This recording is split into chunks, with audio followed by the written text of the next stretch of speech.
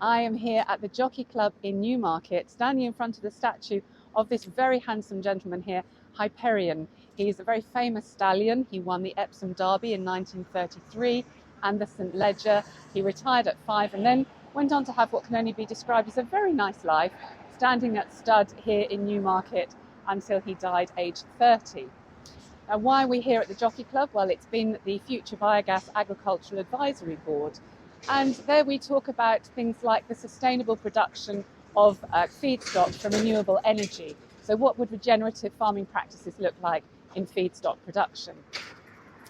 And another thing that's made me think about Agri-Tech in the context of racing is there's a lot of technology in our Agri-Tech world that's very relevant to the horse racing industry. So, for example, Delta-T devices looking at soil moisture content and soil properties, and that is really important. If you go to the race courses, they take the going very seriously, and knowing the moisture levels is literally almost a daily job. So companies like Delta-T devices have a lot to offer the racing industry. And also the turf. So Barenbrug, our members, major international grass breeders, they also supply not just the Jockey Club, but race courses for their turf and other amenities, as well as agriculture. So this week, been a busy one. Where should we start? Well, we had our Stakeholder Group meeting yesterday up in Redcar at the Centre for Process Innovation. So thank you, CPI, for hosting us.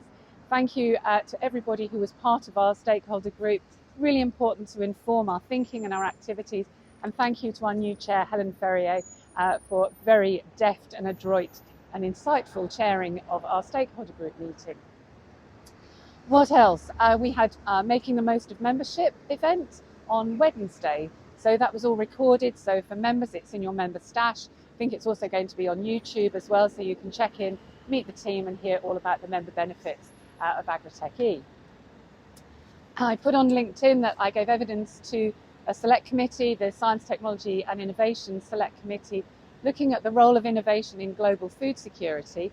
And it's been quite the week talking to government, because I also had a discussion with the Department for Business and Trade, who are doing a deep dive looking at the role of regulation in agri-tech and where it's a barrier to adoption by farmers.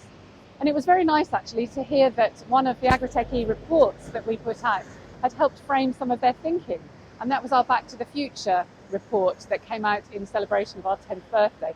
So if you contributed to that report, thank you. And that literally did go to the very heart of policy making.